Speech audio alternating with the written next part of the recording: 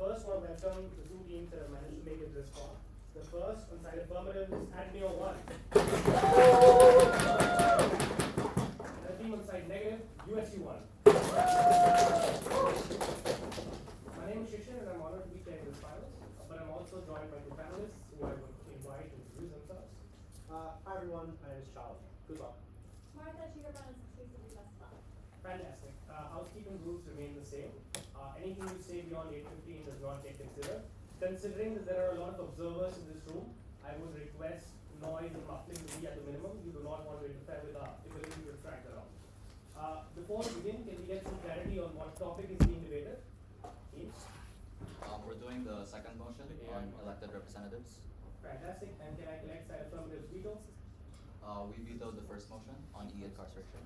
Thank you. Side negative? We vetoed the third motion on the 1-year moratorium. Fantastic. Before we begin, can we do a quick round of introduction for both teams, starting with Affirmative? Can you introduce yourselves in the order that you'll be speaking in? For Affirmative, speaking first in reply is going to be Cara, she, her pronouns. Second is Sam, he, him pronouns. And Zen is third, he, him pronouns. Thank you. Side negative? First, Mara, she, her. Will second reply, him. Brendon third. Thank you so much. With that, we're all good to go. On the motion that, assuming feasibility, we should replace elected representatives with an assembly of each voter's AI agent, I invite the first Affirmative speaker to commence this round. Here. Sorry, could you record my speech on my phone? I know someone else is recording it as well, but I'll just open it.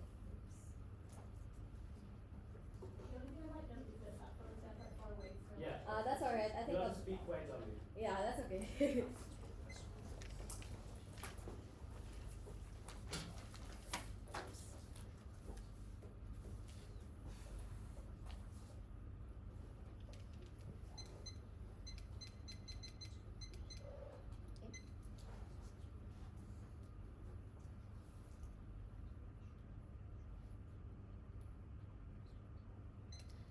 Democracy has failed us, and the way it has failed us is by trusting other people to aggregate our preferences when they will always prioritize their own. Two pieces of setup. The first is that an assembly of everyone's personal AI agents looks like a few things. A, it looks like every person by voting age having a representative, versus in the status quo, it depends on if you'll show up and turn up to the elections and cast in your vote. B, this is an aggregate of people's beliefs, so the AI understands your beliefs, not just your surface level wants, but also what you need, what you value in life, which people you want to associate with, and be able to understand you in that kind of capacity, not just a simple yes or no to a policy, but why do you want it, in what ways will you be willing to concede. It's an understanding of a being rather than just a check boxes of yes or no. C, that this AI is extremely capable. I'm not going to buy any argument that comes from negative, that this is just an open AI crap GPT. Like, this is obviously not the case, because assuming feasibility means that the populace has been willing to allow an AI to represent them. So that's clearly not the status quo. This is years into the future where AI has been able to develop to the extent that it can understand and aggregate someone's preference. Also, based on the info slide, we have to assume feasibility that you can understand a person's preference. So it's obviously not the AI that exists today. It will be smart in being able to make decisions in policy and be able to create debates and create briefs for people to understand what their government is doing, not just like a ChatGPT prompt. The last part of the setup is that you can have different forms of government underneath this AI. So there's still local and federal policy, there's still the judiciary, it's elected representatives that you yourself are replacing. So it means that you'll still have public display of the thought process of this AI. Why did it come to this decision? The briefs behind that, the debates that it had within that assembly, all of that will be available for people to check in on. What their burden is to defend the status quo, where you have a spectrum of different countries of different kinds of democracies, where ones are corrupt, where ones are doing just fine, but the problem is that you will always have the evil ones. Or if they say that they want to make their burden easier, it's just an average democracy, we're still willing to fight on that battlefield. Two arguments. One, this leads to a more democratic society than through elections. And second, this creates good policy for even vulnerable people. I want to explain what the principle of democracy is. The principle of democracy is not a direct choice that you want this policy or not, that the way that we exercise it today. Democracy is when we aggregate people's preferences and we are able to respect those preferences because we acknowledge the dignity and being able to respect that and the dignity that we're giving the state to be able to control people in that way. So being able to have choice is important and maximizing that choice is important.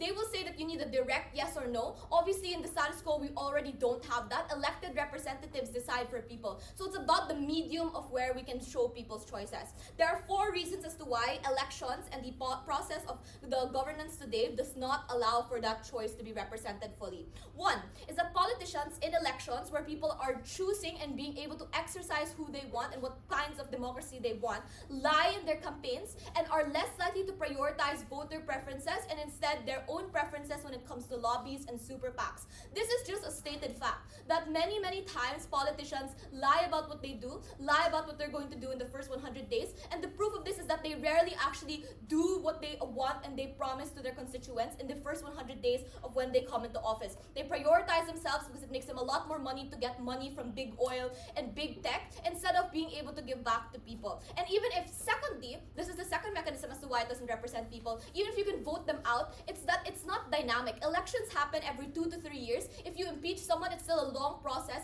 Even the current politician that you have right now might not perfectly reflect your views because it's not dynamic. It isn't an aggregation of your choices as to, it's not up to date. The third reason is that elections usually do not reach 100% of turnout. And this is an inherent right to the inherent violation to the principle of democracy. If not everybody turns up to the elections, that means that you do not represent fully everybody within that country. So because people are busy and they deprioritize the elections because they feel like it doesn't represent them, because of gerrymandering that makes some votes less important than others in the US, then people are not actually fully represented.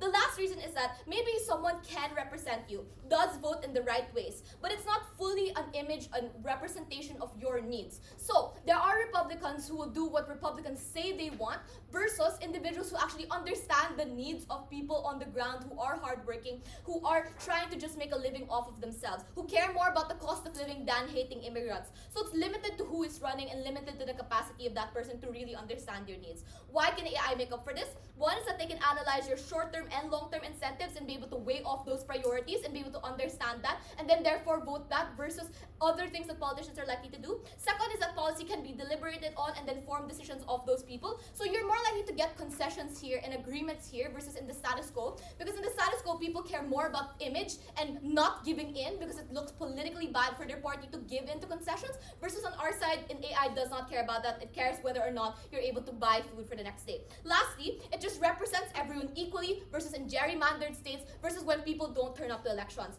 This means people are represented. This means that we avoid the harms that politicians are corrupt. Politicians do prioritize themselves. I want you to think about literally every single country that has existed.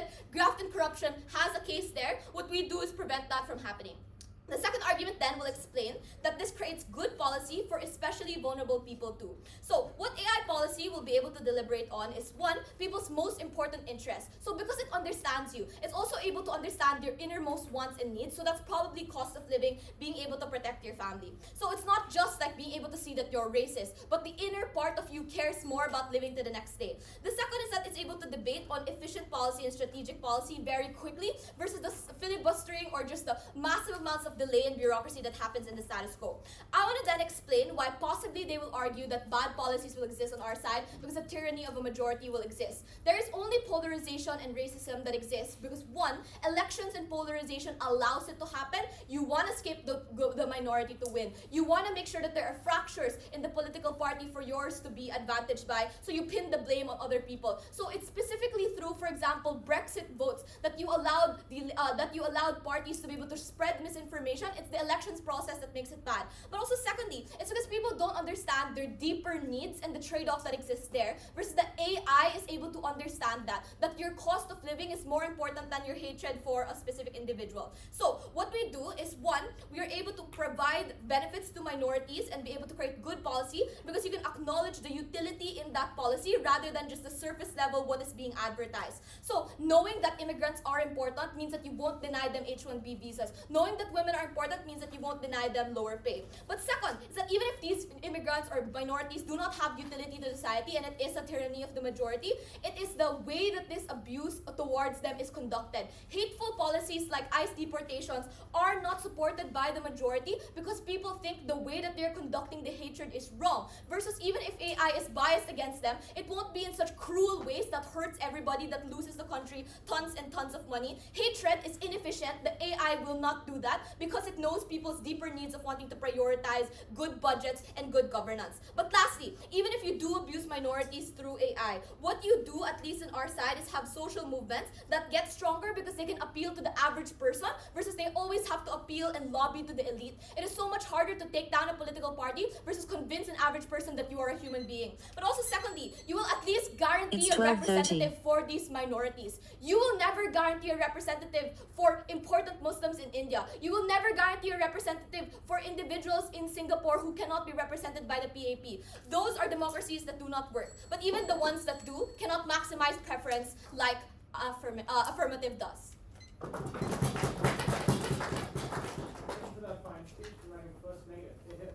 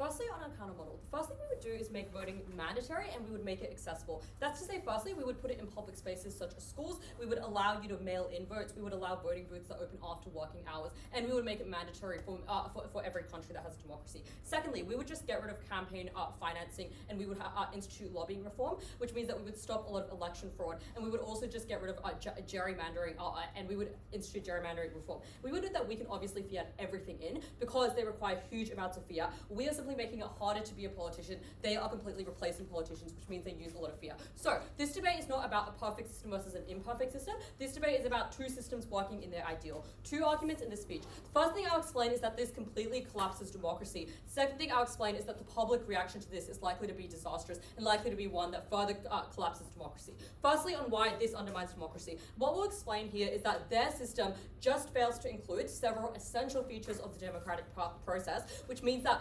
perfectly representative preferences does not lead to perfectly representative policies. What are the things that they exclude? They exclude, firstly, voting in elections. They exclude, secondly, elected representatives. And thirdly, there's no legislative horse trading that happens under their side. That's to say, under their world, policy with the most preferences gets preferred as first affirmative concedes. There are a bunch of harms that comes with not having these things. First thing to say is that this completely disenfranchises minorities, and that's for the reason that their system is purely majoritarian, favors the 51%, whereas under our world, there are several avenues for minorities to achieve rights. That looks like, firstly, they can be in geographically concentrated seats, such as indigenous groups. Secondly, they can often tip the balance in swing seats, such as Latinos in America. Thirdly, they're often overrepresented in upper houses, because upper houses have proportional voting, which means that minorities get more seats in the Senate. But fourthly, we would note that minor parties can often form coalitions with major parties, or minor parties can often form coalitions with each other, such as in parts of Southeast Asia, where they can make their own major party, which explains why they get enfranchised disenfranchisement on our side. And the last thing to note is that many policies that benefit minorities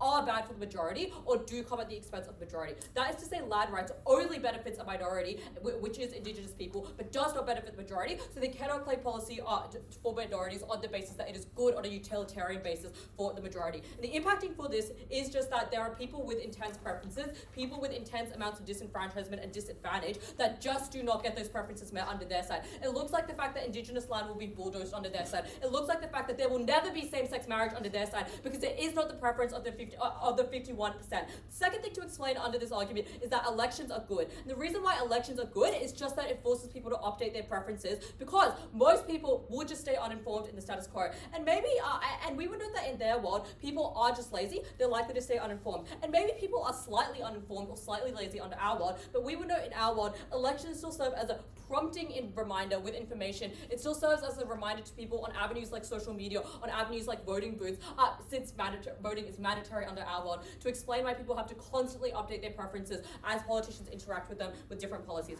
Third thing to explain is that politicians are good for a number of reasons. Firstly, we would know that they provide ideas to voters. That's to say, under their side, voters only provide AI preferences, but politicians can often match those preferences to new and novel policies. And the thing to note here is just that the most famous political reforms were often unforeseeable and were often extremely creative and often needed human politicians to be able to match preferences with new and novel policies, such as the fact that Roosevelt's New Deal was completely novel, such as many diplomatic policies that AI would never be able to make because AI is only good at matching current preferences with current policies. But secondly, politicians are human, and that is important because people actually listen to them. People like to have faith in a leader because character puts faith in the process. A robot does not put faith in a process. When you have a character to look up to, that is when you vote, and when you have a character to stand behind you, that is when you actually want to be engaged in democracy. But thirdly, politicians are good because people can hold them specifically accountable. And sure, maybe politicians get scapegoated under our side, but that is a good thing because it means that people can take anger out at other people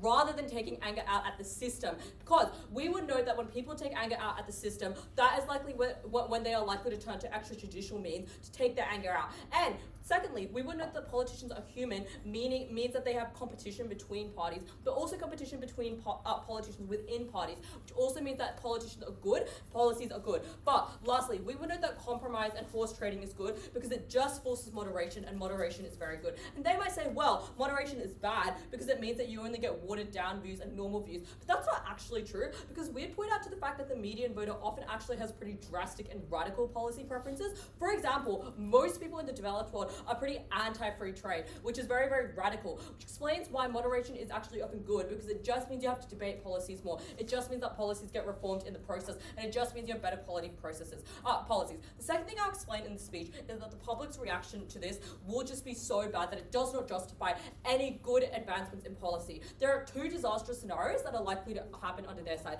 The first is public revolt, and the second is public apathy, which means that the system becomes entirely unaccountable and easy to corrupt. Let's firstly talk about revolt. And we would note that the reason why revolt happens in democracies is when people believe that democracy is being corrupted. That is what led to the storming of January 6th. That is what led to the revolutions in Nepal and Bangladesh. We would note on their side, the reason why people are likely to think that democracy is being corrupted is because AI is a black box. It is a robot. It is a robot that we don't understand and we cannot code, which means that people will be extremely distrustful of that system. And we would note that distrust of big tech and AI is already at an all-time high, which means that people will see this as big tech replacing their fundamental human voting rights, which is likely to lead to revolt. And the impacts of revolt is just that it makes government unfunctionable. It means that it cops all of their benefits. It means that people storm the government. It means that it is impossible to actually pass policy. It means that people do not cooperate with the government. It means people do not cooperate with the police. It means people are extremely, extremely distrustful of their government and their democracy, which all just leads to civilian collapse.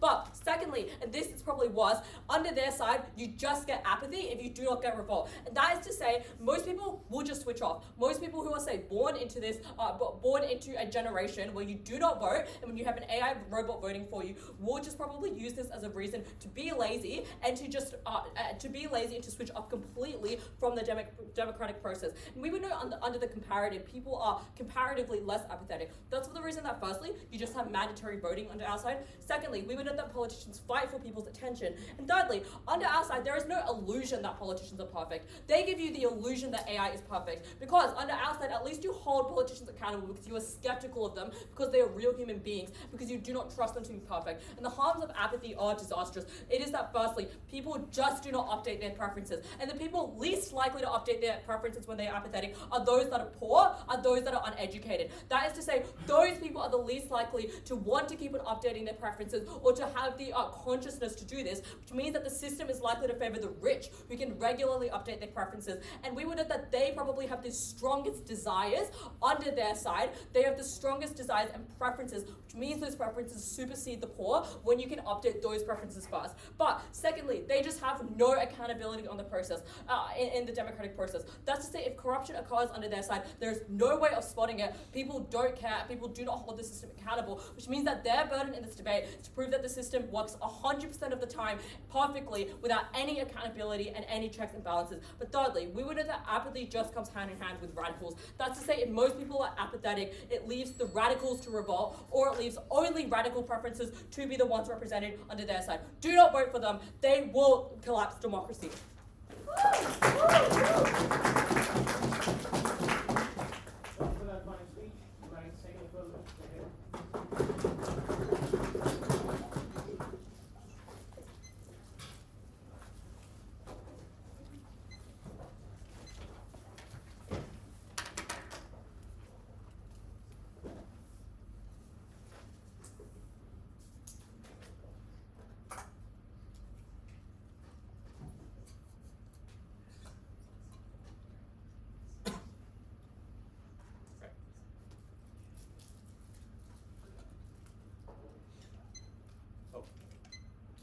Sorry.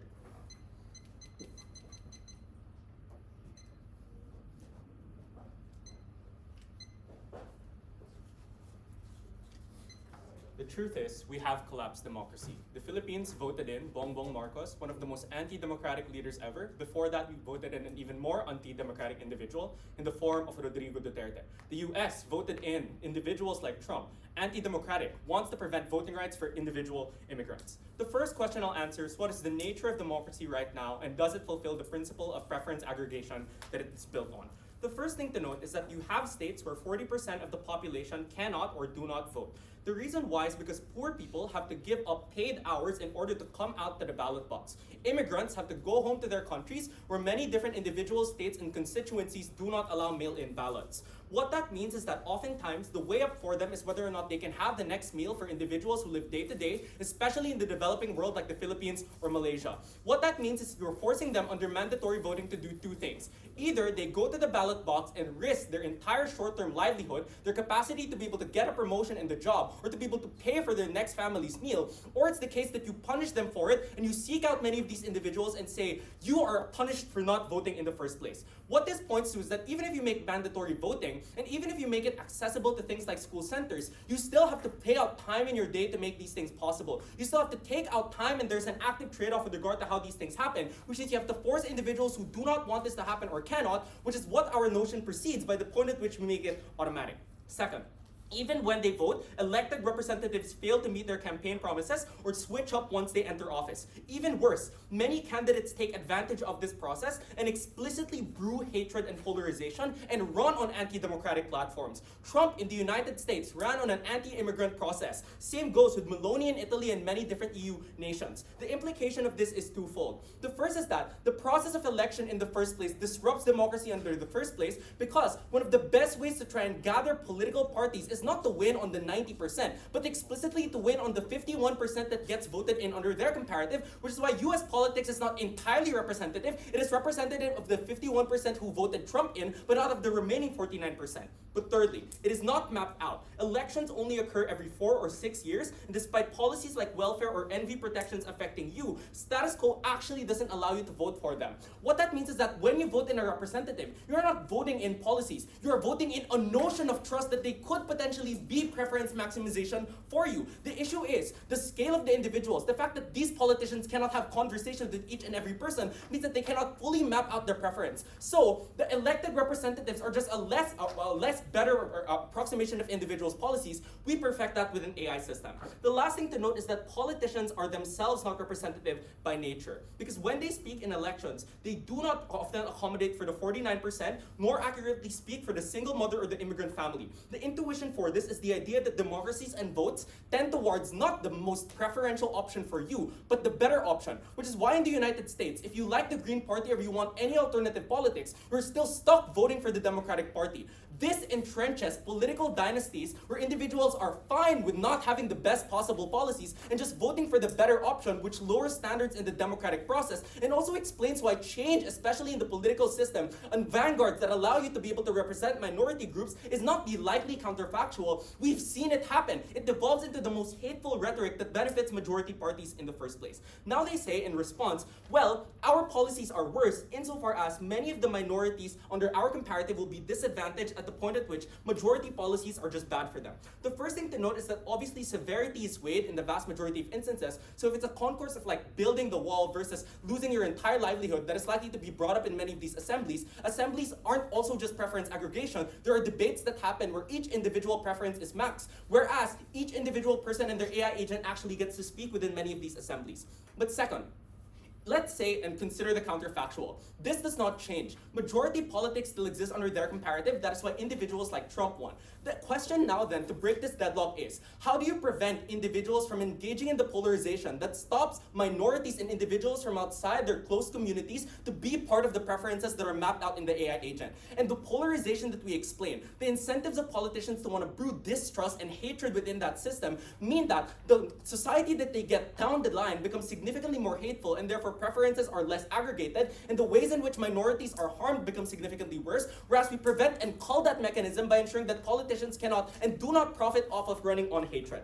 The second thing they say is, well, elections are good because it forces people to update their preferences. The first thing to note is that policies obviously still affect you. Every single time you read a newspaper, update yourself on a policy, read a new thing about the world, your policy is automatically mapped onto your AI agent. That happens for any major news headline, which we think is a better way of what these things might do. So obviously you update your preferences because these policies still affect you, which means it's a game theoretic incentive to want to improve it. The last thing they say under this is, well, politicians provide ideas. I point out AIs probably provide better ideas. They're better capacitated at understanding complex thoughts, many individuals, and ones that accommodate across many different aisles, because the most preference maximization function isn't when we're only the 51% are happy, but when we're in everybody's happy. The issue with politicians proposing ideas right now is that there is a cap. Individuals, and it is hard to sell ideas that are too complicated. Biden had some of the best COVID response that we've ever seen, yet individuals through vibesflation still voted him out in the next election cycle because they thought that inflation was caused by him and didn't see the merit in the $1 trillion stimulus that he created. By contrast, Trump's wall or liberation day tariffs actually ended up becoming worse. People say, well, the economy increased, but it increased in spite of the tariffs, when in the long term, it's likely to decrease productivity in the United States and lessen jobs overall as foreign direct investment plummets. What that means is that the sorts of ideas that politicians provide and propose aren't necessarily the most vanguard or smart ideas, but the ones that are the easiest to sell, where they pick specific minorities from another indigenous group and say that they're the individual enemies that they're hating. So there's significantly more hate under the counterfactual. The last thing to respond to is, well, they say AIs in the first place are going to be terrible, people are going to revolt. The first thing to note is that for this motion to have happened, it required massive political upheaval. People voting in policies that specifically allowed for this to happen, which means that individuals probably wouldn't be that mad about it. Second, they say January 6th. January 6th comprised 0.5% and even less of the Trump populace that actually voted for them. Most individuals are not willing to go out on the streets. Thirdly, the biggest cause of dissatisfaction are policies that feel like they aren't being listened to, which means that our comparative is significantly prior to this, insofar as we explain why we actually get the good policies instead of policies that are sold to individuals, and how politicians make them believe that these are the best things. The counterfactual is that maybe individuals cannot vote, but the process of democracy is fundamentally built on trying to allow individuals to vote in order to achieve preference maximization. We skip that process, explain why it's been hijacked in many different countries, being engaging that this only exists in developed countries, by the way, and explain why even then, the greatest preference maximization, which means to get the best policies under our comparative. Last, I want to point out that there are a ton of practical benefits that are left unresponded to. Here are the low-hanging benefits. One, we reduce the risk of things like corruption. Places that need individual representatives the most are also the most corrupt. Places like the Philippines, the developing world, and places like Africa, when we removed elected representatives and stopped them from stealing from the pot in the first place, it means that we actually get better policy without individuals not losing trust in the government system. Second, its efficiency. Many individuals in the Philippines do not die because of bad policy, but because welfare subsidies cannot get passed, because individuals do not have access, because efficiency gains do not exist within these spaces, whereas these things would happen significantly faster under our comparative. But thirdly, the consideration of appointing. Look what happens under our comparative. Judges that are appointed by patronage under their comparative are appointed by AIs with better and more cohesive and large scoping issues about what these things might mean, which means they are significantly better and less likely to be corrupt in these instances. All of these unresponded to. The world is fucking burning right now, which is why you ought to decide for a world where humans don't head it. For all of these reasons, incredibly proud to affirm. Thanks for that fine speech. Right, second negative.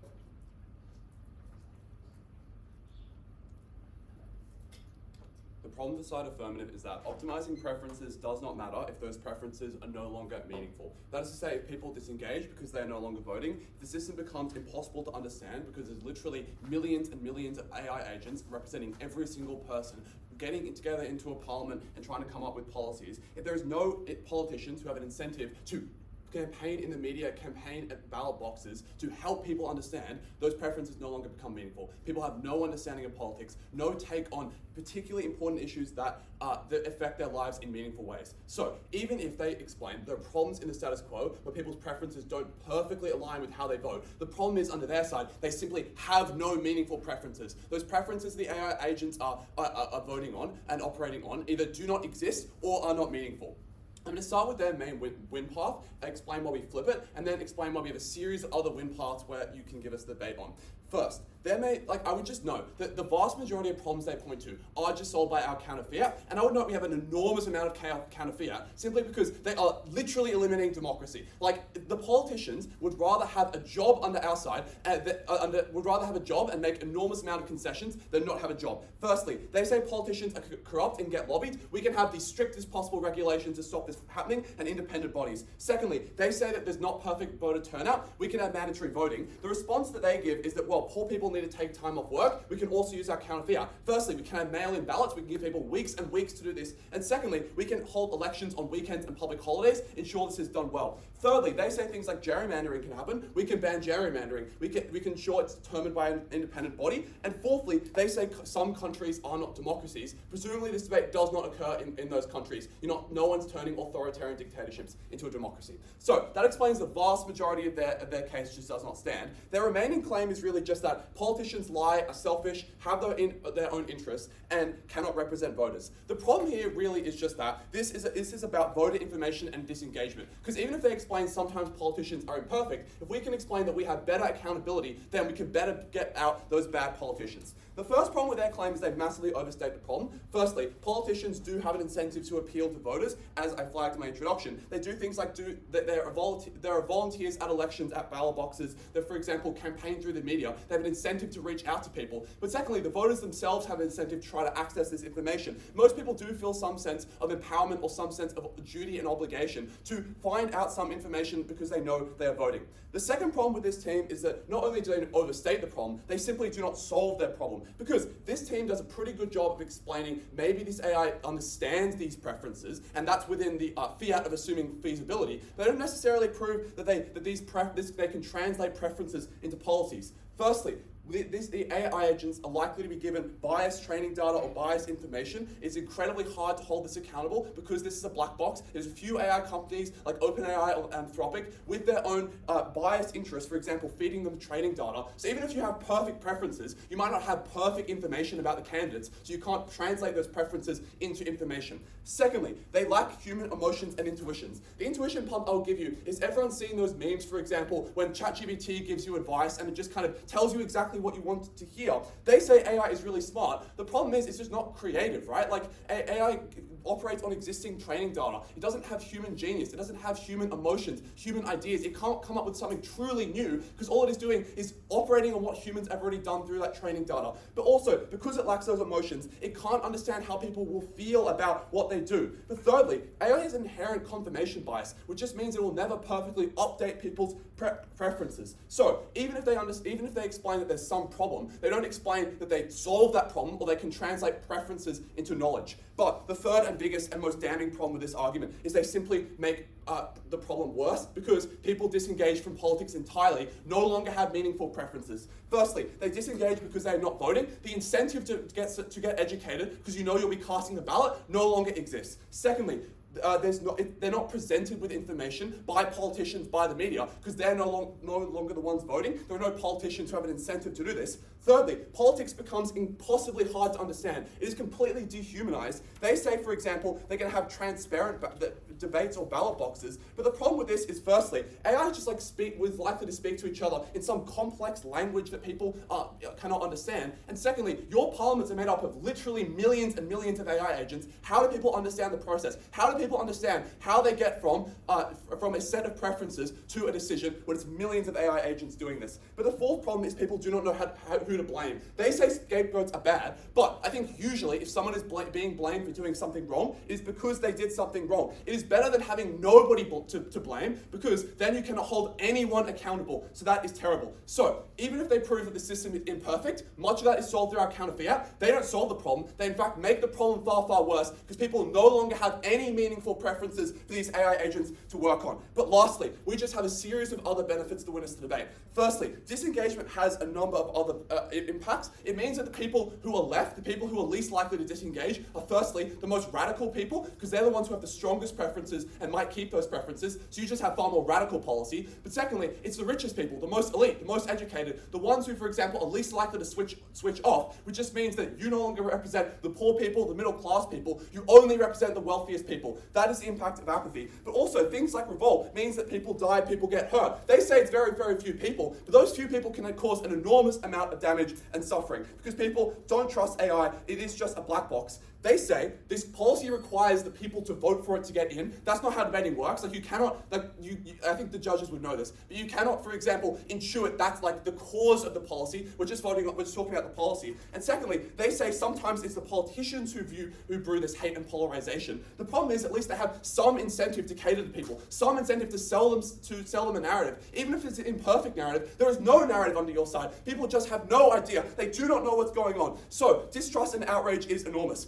Secondly, the second way we get around this team, the system can just be corrupted. In the worst case, it can just be hacked. AI is a black box. You do not know how it could work, or it could just be given biased information, biased training data. The impact thing of this is just, firstly, this is the absolute worst case for this team. It is a completely corrupt system. But secondly, even if you don't believe this argument, this will result in conspiracy theories. The media will suggest this. People will believe in this. It will create fear, which further proves our claim on buyout and further proves our claim on outrage. But thirdly, this is bad for minorities. They say, for example, that, well, it's bad for minorities under the status quo because you have few options and you're forced to vote Democrat when you should have voted Green.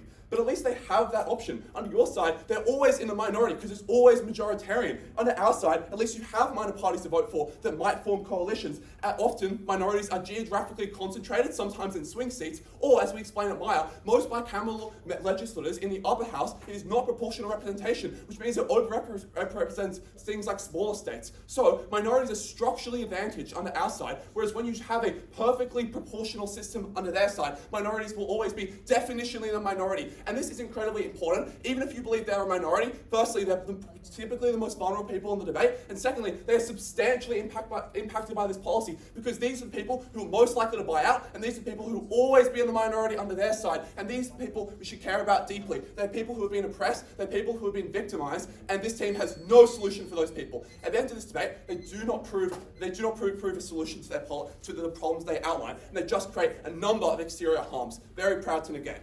Thanks for that speech, my sir, Affirmative.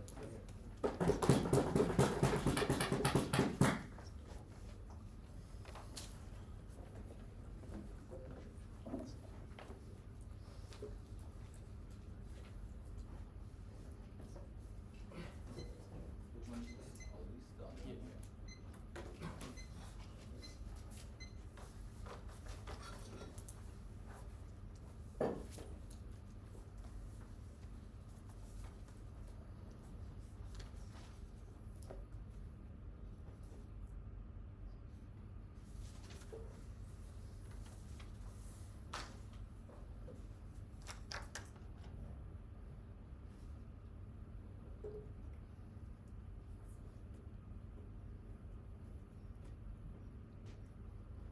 Okay.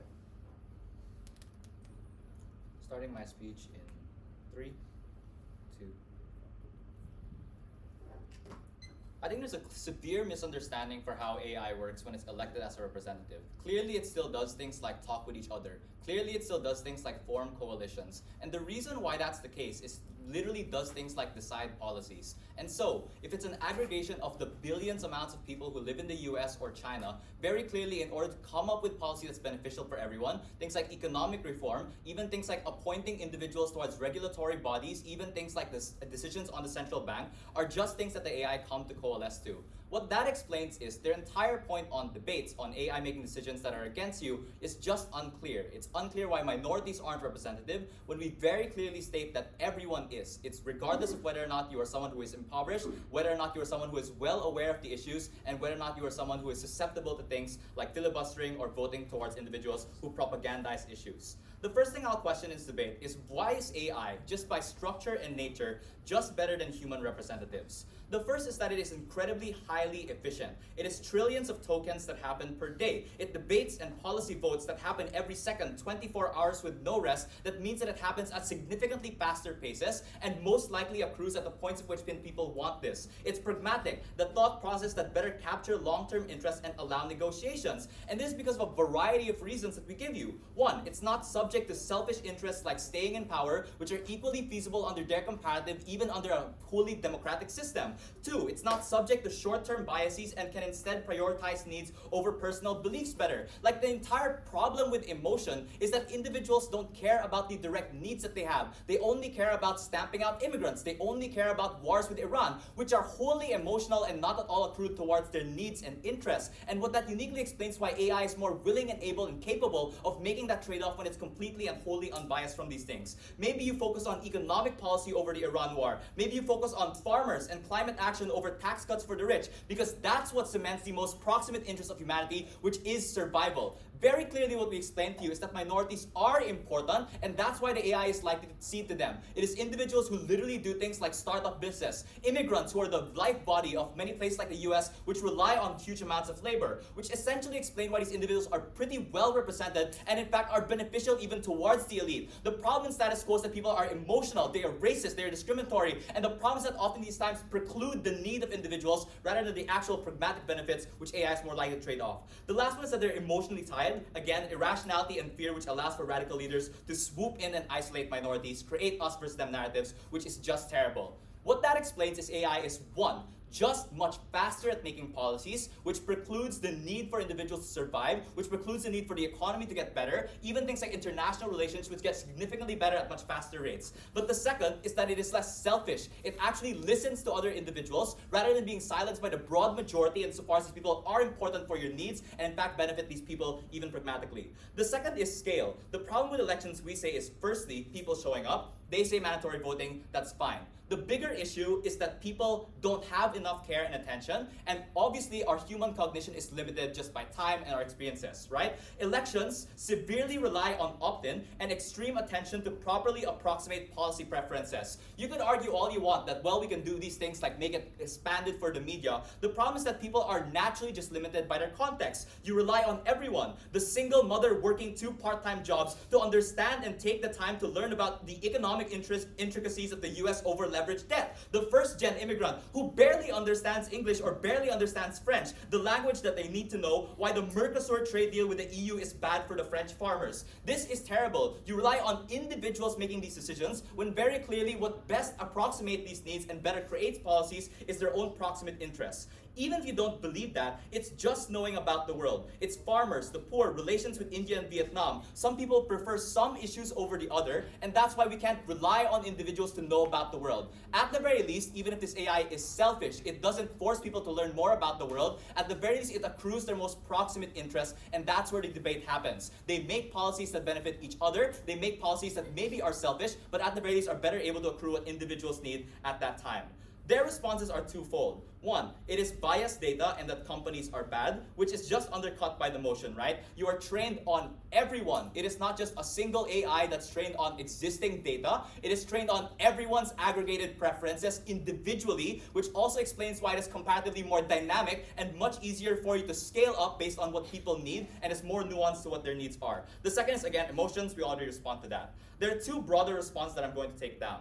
The first response is, well, people will be apathetic, they'll be lazy, they won't care about the world. We clearly explained that people are apathetic today. In fact, the flip is it's comparatively worse on their side because of the natural limits of humanity and democracy. Not everyone can run to be a politician. And so we are always limited to the slew of some politicians that we expect to represent us well. Naturally, what this means is that people feel like they're not listened to. They can't always speak out. They can easily be outvoted by things like stronger voting parties or voting majorities, that their representatives can be filibustered and taken out of power. Representation is the prerequisite for you to care. Insofar as everyone is represented, everyone has an AI agent that's willing and able to speak up to them, you know for a fact that you and others have a seat. You learn more about the world. You explore more about what your preferences are. This also explains why social movements are better. What social movements do by comparative is not just appeal to things like super PACs or appeal to politicians to try and hope to God that policy gets out there. They appeal to the average person on the individual scale. They go out to grassroots movements and talk to individuals to explain why farmers are important, to explain why these individuals need to be cared about, which is proportionately easier to convince individuals rather than elite individuals who are oftentimes the ones declaring that policy, or are often able to stamp you out for a variety of different reasons, just like economic power or things like political power. Even if you believe that people are lazy, that's fine. What AI does is does the talking for you, taking in what you surely want. And all that means is all the intricacies of policy, the predictions on the economy, and clearly legal and moral hands are just better realized just by efficiency. Like, I want you to note the insane scale of AI. It's better able to predict the economy insofar as it has a larger body, and therefore it's better able to make good decisions, more novel creations on how to innovate the economy, better structures for society that just make it more efficient. Like, AI is just so much better and so much more capacitated, and insofar as that's true, it just allows us to make better politics, better actual policy to get out there. The second thing they say is that minorities are underrepresented. We again explain again, like AI talks and debates and stuff like that, you're more easy to make concessions because you understand it's what people need rather than being based on emotions. The last thing is on distrust. So their claim is, well, if not anything, then people will revolt and just destroy society. One, it's unclear how real this is. All the qualms of people with AI right now are not the existence of AI. Their qualms are, well, it's open AI, or it's a lot of Palantir that's using it for bad needs. It's often individuals who are investing too much on data centers and not caring about the environment. The problem is not the existence of AI and whether or not we're allowed to use AI. We rely on algorithms all the time. We use it on social media. We use it for searching the internet, stuff like that. We use it for things like aggregation or even in our work. And what that explains is clearly people care enough about AI to integrate it in their lives and care more about whether or not companies are regulated. Clearly, if they have that fiat, we can also clearly regulate companies under our comparative. The second is that over time it gets better, right? Like post.com, what happened was that people severely distrusted the internet. How could something that we've never envisioned before lead the world or connect people globally? But over time, we've gotten used to it. We've gotten used to the idea that AI or that internet rules our lives, that it's integrated with our lives, which very clearly explains this a non-issue. People will not revolt. They're not going to take away the society. Concretely, what does this mean? The world is better, it is more efficient, and more importantly, people's preferences are actually realized. Thank you for that fine speech. Now I'm right in front. Thank you.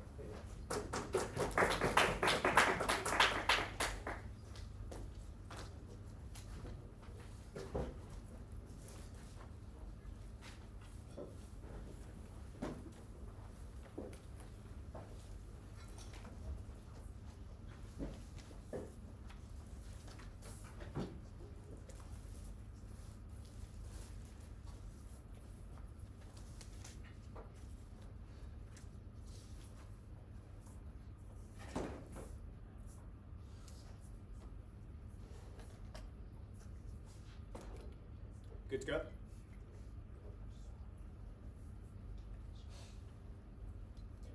Cast makes a simple elementary mistake. It has a problem-solution mismatch. Because the way in which they try to identify an imperative is they point to the most demented, the most failing democracies, systems corrupted by Trump and Wollongong Marcos, and yet their solution would be to forcibly oust those leaders, replace that with a literal black box that people have to trust will represent them, while on the sidelines, those very same demagogues they replace wouldn't say anything, wouldn't do anything to actively sow that distrust to get back the job that they were forcibly removed from.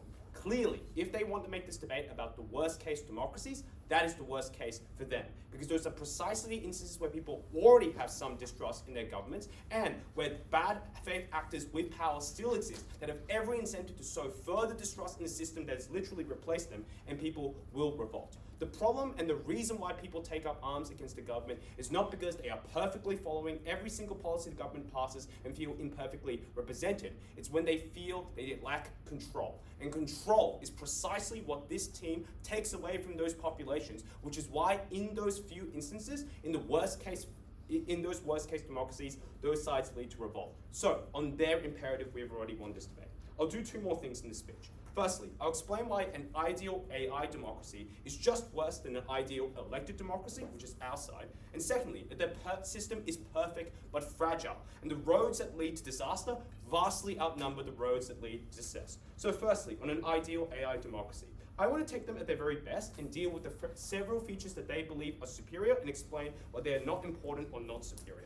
Their best claim, I think, from Third Affirmative is the idea that the problem in the status quo is that people often vote for policies that are contrary to their interests, and therefore AI representation will solve this. There are three problems. Number one, many of the examples are not examples of people voting against their own interests. Like the one they like to tout is migration. They say, well, actually, it's irrational to vote against letting in more migrants. Is it? The people that vote against immigration are people who believe that their jobs will be replaced by migrants. Those are the people that suffer when migrants come in. So it's not actually clear at all that their side changes these people's preferences, because their preference is to protect their own job. But secondly, we point out in the few and far between examples where people make systematic errors and vote for policies against their interests, why can't this self-correct? And in fact, we've seen that self-correction. We've seen, for example, how Trump's approval ratings continue to plummet against tariffs. He's probably, and the Republican Party is expected to lose the next election. That is precisely why we have an electoral system that allows people to make corrections for their errors, and they never explain why people can't make those corrections in the first place. But thirdly, yes, sometimes people get it wrong, but what you have to weigh are things that are far more important. That's to say that maybe people sometimes imperfectly represent their own preferences, but that is far less important than the goal that we will later defend, which is that people in their side don't get represented at all because they are maybe 2% of a population because they care about their own interests and are not represented in a system that is purely majoritarian by their analysis. So that argument doesn't stand up. The next argument that they pivot to at Third Affirmative is about speed. They get faster policy. Firstly, it's not clear to get that much faster policy, right? Because the lag times in policy are not typically due to lags in the legislative chamber, they're due to the execution. And we point out that there's often in most electoral democracies quite a separation of powers between the legislative branch and the executive branch. Most executive branches have civil administrators that are largely independent from the day-to-day of politics in Washington, and they are likely to do things fast. And crucially, in the moments of crisis that they identify, no politician wants to be held accountable for freezing the budget and doing a kind of endless things to delay the process when people's jobs are being lost, when people have food to table. That is the instance in which speed is most likely on our side, so this is not a real problem. Their last claim is to say, well, politicians are selfish. We say that's true, but it's only a problem if the politician's self-interest does not align with the voters' self-interest to have that policy. The policy passed, and they do very little to explain why a principal agent problem meaningfully exists. They say corruption, which is exactly why we have the countermodel to rule out that corruption.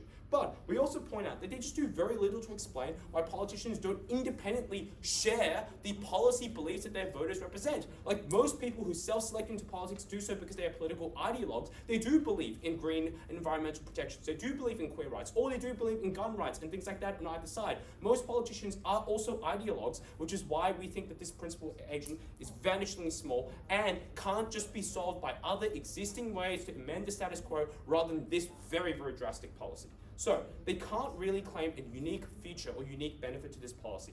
What are the several that we explain make this fundamentally anti-democratic? We explain to very poor response that this means that we cannot get the representation of minor but meaningfully and deeply intense preferences. And Third Affirmative's response seems to miss the art point. They're like, well, the AI can debate, but the point is that like an indigenous population of Australia is about like 2% of the population, so 2% of the AIs will be arguing for them, and the 98% just don't care. Which is why when you just conduct a straw poll, which is how policies are passed in their world, they get outvoted. What are the responses we receive? The first is to say, well, you never have explained why minorities get represented in your world. We have given you a whole host of ways in which they get represented, and in fact are all independent of our countermodel. The fact that, for example, you might be a global minority, so you are a minority in their world, or you might be a local majority with your concentrated in particular electorates. Secondly, the fact that there are many swing seats, which are won on very thin margins, so your vote counts. Thirdly, the fact that separate houses like the Senate exist, which puts disproportionate power into small states, which means that those people have a lot of power. And we explain that minorities are often people who have the most to lose and the most to gain from any policies, which is why they're uniquely likely to be mobilized as a base. And also because they can have their own politicians and their own parties represent them, see the Greens Party, or for example, shooters and fishers when it comes to Australia. Their next and perhaps better response is to say, well, the problem is that the division between minorities and majorities are imagined, not real. But firstly, we have identified real divisions in preferences. Like a factory might benefit likely a lot of people living there, but totally harms the minority or the indigenous tribe for whom that land is raised to build that majority. And the problem is they seem to kind of misunderstand this. They seem to think that, well, their third response is to say, well, minorities get scapegoated in our world. The problem is not that the majorities actively hate the minority. The problem is one of indifference. See, for example, the issue of transgender bathrooms. That's an issue that matters very, very potently to transgender people that are vanishingly small. Then there is another group, possibly larger than them, of Christian people and people who are very transphobic and would oppose it. And then when you poll the average person doesn't care. Their preference isn't on the side of trans people, and if anything, is probably slightly against it because, for example, cis women feel icky about having what they believe to be a trans man entering their bathroom. So in those instances of indifference, which is the vast majority of cases against majorities, that is when minorities get locked out. And there's nothing that the AI can do about that because their preference, however light, is slightly against the minority because a slight indifference to them matters more than the harm to the minority. So they then assume that the hatred is always irrational. But I have just explained why in many instances that hatred or that dislike or opposition to the minority's preference is in fact rational for them, and therefore no amount of debate will solve that. Why is this the most important impact in the debate?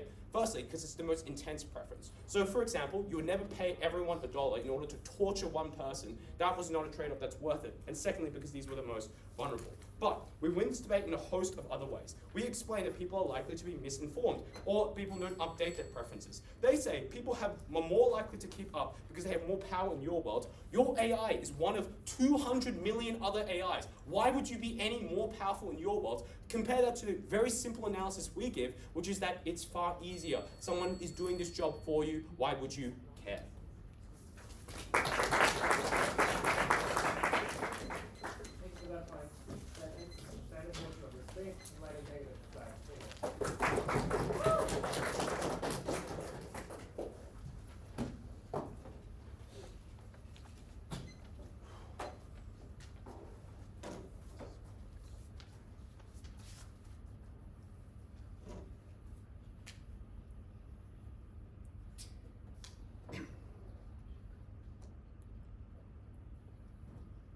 The affirmative case is a shaky table held up by broken legs. If either even one of those legs snaps, the entire table comes down. In this debate, there are a bunch of questions. They need every single question to go right. If even one goes wrong, then this is a clear negative ballot. Firstly, they need the system to not be corrupt. We explained that this is a black box controlled by corporations. It might have biased training data information. Maybe they respond to the worst case scenario, but they don't respond to the lower burden that is just biased training data, and they don't respond to our claim around perception. There'll be conspiracy theories that the AI agents will be manipulated. Secondly, they need people to still have meaningful preferences for the AI agents to represent. We explain that people buy out, they know nothing, they no longer have ideas around things like abortion or immigration or gay marriage, and they assume that people's broadest preferences, like the meals they like to eat, can be turned into policies if they've never thought about those policies or have no information about those policies. But you know this is not true, because many people have no take on something or unsure about things until they hear the arguments of both sides, until they hear some facts. And you also know this is true because two seemingly similar people demographically can have polar different preferences on different issues, which does suggest that people need to consider things in order to have preferences. Thirdly, they need those preferences to be able to be translated towards policies, but we explain that the AI lacks human intuition and creativity, which means that they can never solve the problem that they point to. Fourthly, they need those policies to be broadly good for everyone. But we explain that minorities are never heard, poor people and moderates are the most likely to disengage, and lastly, they need people to react well rather than to revolt or do even worse things. I'm going to start with their case and then I'm going to stack up our wins. Firstly, they say that people vote for policies and politicians contrary to their interests. Firstly, I would say this is a deeply classist and cynical team. I think they drastically underestimate the average person and their ability to know what is good for them, to know what they want. But secondly, they just assume that people's preferences are not meaningful. Even if the way some people vote seems irrational to side affirmative, it is rational and meaningful to them. It is rational for many coal miners to vote against environmental policy because that is bad for them. It is rational for many minimum wage workers to vote against immigration because that is bad for them. What they think is irrational is rational and meaningful to many, many people. But secondly, they think that they say that AI doesn't have biases and its own selfish preferences. Firstly, they explain that the most selfish preference is to stay in power. The best way to do that is just to cater to voters, to inform voters, to do what voters want. And secondly, we explain this is self-correcting, that opposition parties, for example, call each other out for corruption, for lying, for not upholding preferences, and those voices are heard the loudest because this is a scandal. So, that explains they have no benefit. Let's just stack up the tower of harms and the things they never respond to. Firstly, they have no real meaningful response to revolt and disengagement. They just say people can watch the news. How do you understand millions of AI agents, maybe speaking English, maybe speaking another language, and how that is aggregated into a policy? But why would you watch the news if you're not the one voting? Secondly, they never respond to our claims on who exactly will disengage. We say it's most likely to be moderates who have the weakest takes on things. The ones who remain will be radicals. So the only strong preferences from the AI agents will be radicals, so they'll have radical policy. We also just explained the people who disengage first are the poorest, least educated people, which just means that their policies are classist and structurally disadvantage the poorest people. Thirdly, they never respond to our claims that politicians are human. They have intuitions, they have emotions, they have creativity, they understand how people will respond. They understand things that AI agents simply could never. They drastically overestimate their fiat in terms of assuming feasibility in this debate. And fourthly, they never respond to our claims on minorities, which we weigh handedly at the negative. That minorities are structurally advantaged under the status quo. They can be relied on to form coalitions in minor parties. That Senate structures often don't have proportional representation and overvalue these minorities. They say, for example, that, well, minorities aren't always represented under the status quo, but on your side, they'll always be just that. They'll always be the minority when it's always proportional representation. Just one thing needs to go wrong for this affirmative team. I think everything goes wrong. That's my speech. Now we conclude the round.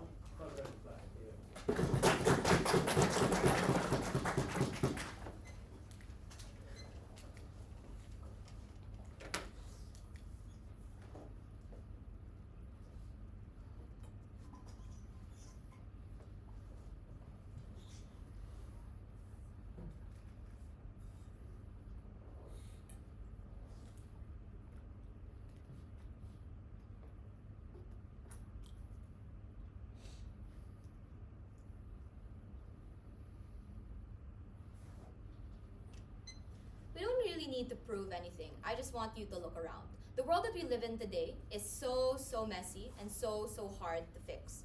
They argue that societal collapse will happen on our side because we will force the most harsh regulation to ever exist on the planet happen. So, their counter-fiat obviously also can't exist. Because if they're going to ban political dynasties or create strict regulation or ban gerrymandering, that is also radically different from what people want. Also likely to cause distrust, also likely to cause revolt. They never really explain on how people will react on either side. But more importantly, I think just by debate rules, right? Assuming that you can replace it in the first place, and for it to be replaced in the first place, people should be already okay enough for it to be existed as a bill, existed as a policy. So I'm not sure where this argument is coming from that everyone will revolt in society. Presumably for the debate to exist, people would be okay with this happening.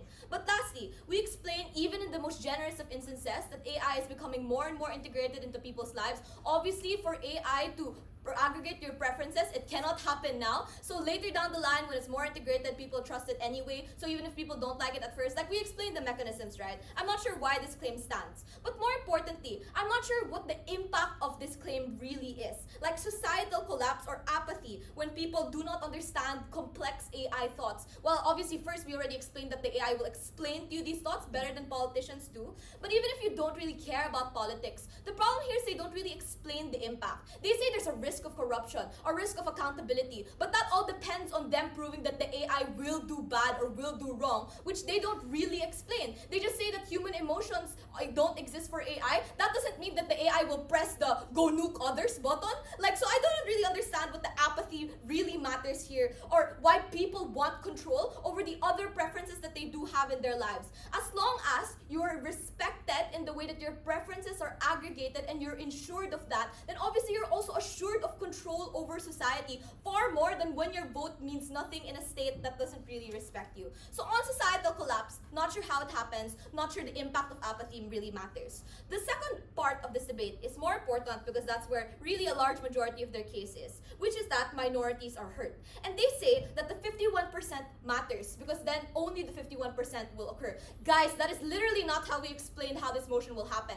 It's not that you have a straw poll and they vote. Like, the AI will obviously see everybody's preferences and create the policy that best fits all of those preferences. So maybe they don't understand emotions, but they understand what people need and what people want. Their only analysis is to explain why the policy can't be created. It's because you know interests but not policy. Guys, your reaction to a policy is a reflection of your interests. So obviously, people can, like the AI can aggregate and understand how you'll react to this. But more importantly, even if on either side minorities are excluded, it's about where you can get recourse. Their policy depends on coalitions happening, depends on gerrymandering being banned, depends on legislation working. But we explain populism exists outside of legislation, exists outside of regulation. But more importantly, being a minority, being one vote matters so much less. On our side, one, you acknowledge the utility behind these individuals versus none at all on their side. But secondly, protests and social movements are a lot more convincing to the average individual versus having to change an elitist system that will never capture your interests. At the end of this, we explain that democracy still is better,